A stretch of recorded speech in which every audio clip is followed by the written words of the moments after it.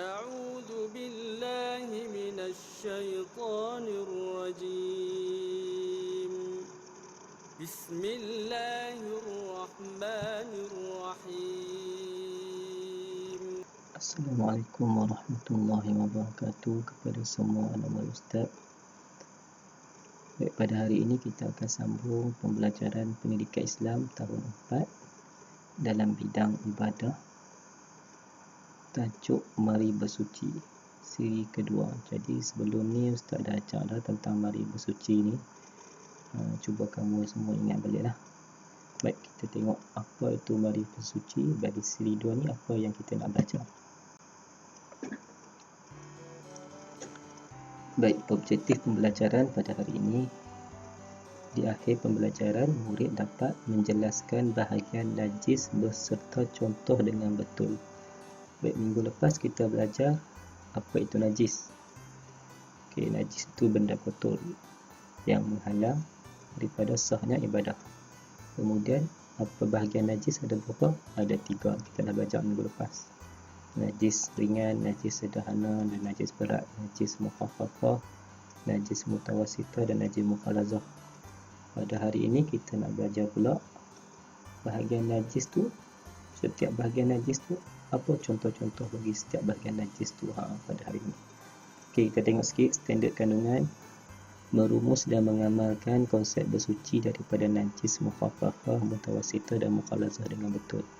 Jadi last sekali kamu akan dapat rumuskan apa cara bersuci daripada najis ni dan kamu dapat amalkan dengan betul.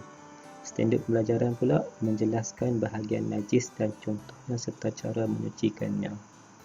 Okey, seterusnya mengaplikasi cara bersuci daripada najis dengan betul.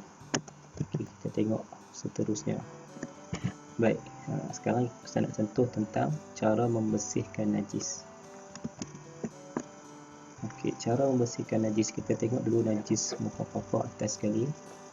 Najis yang ringan, kencing kanak-kanak lelaki yang berumur 2 tahun ke bawah dan tidak makan dan minum kecuali susu ibunya sahaja.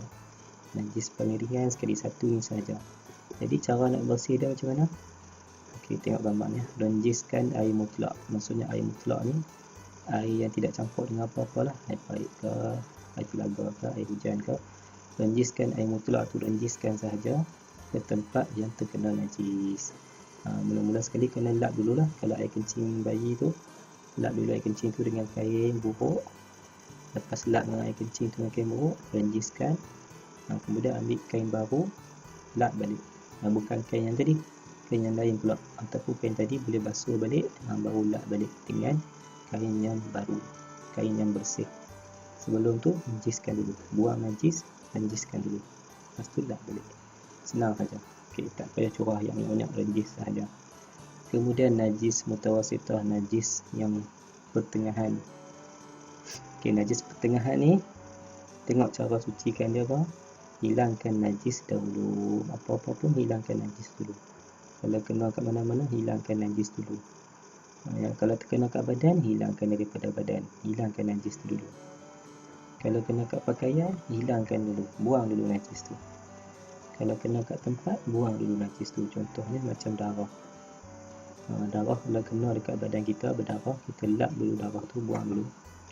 Kalau kena kat pakaian, kita buang dulu darah tu, biar hilang warna dah semua. Kemudian kalau kena kat tempat atau lantai, kita lap dulu darah tu, buang dulu. Lepas kita buang najis tu, hilangkan najis, kita buat apa? Basuh dengan air mutlak. Yang tadi yang ringan kita renjis saja. Kalau yang mutawasitah ni kita basuh dengan air mutlak. Basuh dengan air mutlak. Basuh, bukan renjis saja, kena basuh. Nampak gambar tu dia guna cebok, satu cebok bagi air tu mengalir. Air tu mengalir. Basuh tu maksudnya kena air tu mengalir. Sehingga hilang kesannya. Mengalir sampai mana? Kena sehingga hilang warna najis tu. Contoh macam darah, hilang warna dia. Ataupun muntah, dah hilang warna koko dia ke, putih ke apa. Dan bau dia, kalau hilang sampai hilang bau dia. Kalau bau muntah tu busuk kan, kita basuh tu, hilangkan najis, kita guna air mutlak pula, hilang bau dia. Kemudian rasa lincin.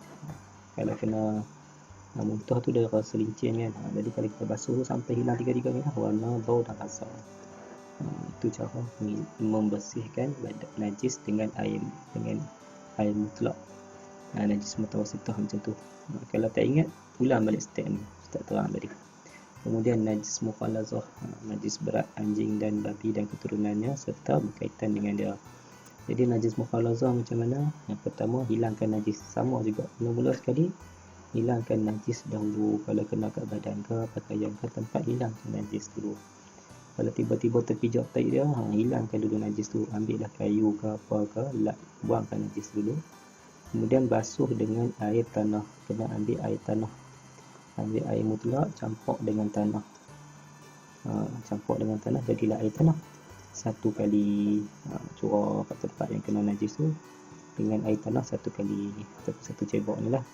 Basuh, kemudian basuh dengan air mutlak 6 kali. Tadi satu kali air tanah, 6 kali air mutlak, air biasa lah, air mutlak. 6 kali, satu kali tanah, 6 kali air mutlak. Sehingga apa? Hingga hilang, sama juga hingga hilang bau, warna dan rasa. Macam tadi juga hilang bau dia, bau busuk dia tu, hilang warna dia tu, warna kukuh kan, hilang warna dah, dan hilang rasa licin dekat jari tu. Contohnya lah. Okey, itu cara untuk membersihkan najis. Tak harap kamu ingat lah cara untuk membersihkan najis, sebab lepas ni kamu nak aplikasi pula. Kalau kamu terkena, kamu tahu dah. Kalau kena najis berat, kena buat macam mana? Air tanah satu kali, air mutlak 6 kali. Kalau kena dengan najis mutawassithah, pertengahan, basuh dengan air mutlak saja, hilangkan najis. Bagi air mutlak mengalir dekat kena tempat tu. Kalau kena mukhaffafah ni, ni paling susah terkenal lah ni. Bagi lelaki yang hanya minum susu ibunya umur 2 tahun saja, renjiskan sahaja. Okey. Contohnya kalau macam kena air kencing, bagi lelaki yang umur 3 tahun ke atas, dia kencing juga, dia tak boleh renjis. Dia kena basuh macam air mutawassithah ni. Lap najis tu, curih dengan air satu kali mutlak, sampai hilang bau, rasa dan warna. Itu cara dia. Okey, seterusnya kita tengok pula contoh najis. Ni contoh najis. Air kencing kanak-kanak lelaki yang berumur 2 tahun ke bawah, yang hanya minum susu ibunya sahaja. 2 tahun ke bawah minum susu ibu sahaja. Dia terkencing, dia pakai pampers tapi terkencing juga, keluar mengalir contohnya. Cara dia macam mana? Lap najis tu, kemudian renjiskan, lap balik. Tu dia. Kemudian kita tengok pula contoh bagi najis mukhalazah. 2 ni saja, khinzir ataupun anjing. Kalau terkena ni, tak kira lah yang biak ada ke, bulu ke, najis dia ke. Cara dia macam mana? 1 kali air mutlak, 1 kali air tanah, 6 kali air mutlak. Kemudian contoh bagi najis mutawassithah.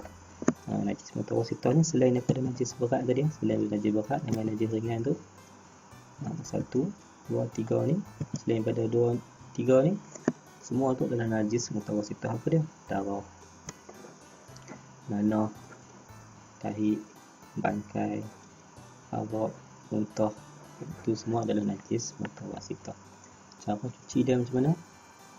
Hilangkan najis, kemudian jerus dengan air mutlak 1 kali sehingga hilang bau, warna dan rasa. Kalau tak hilang juga bau, warna, rasa, jerus lagi sekali. Tak hilang juga, jerus sekali lagi, sampailah hilang betul-betul bau, warna dan rasa. Kita boleh tahu lah. Kalau kata warna tu, darah ni mungkin warna dia terang sikit. Kalau kata jerus banyak kali pun tak hilang warna dia, tak apa, tu dimaafkan. Tapi yang lain ni selalunya hilang lah warna dia tu. Yang penting hilang sekali dengan rasa dan bau dia. Okey, baik, seterusnya Ustaz nak kamu siapkan tugasan dalam modul yang diberikan. Muka modul tu kamu tengok, ni muka surat ni.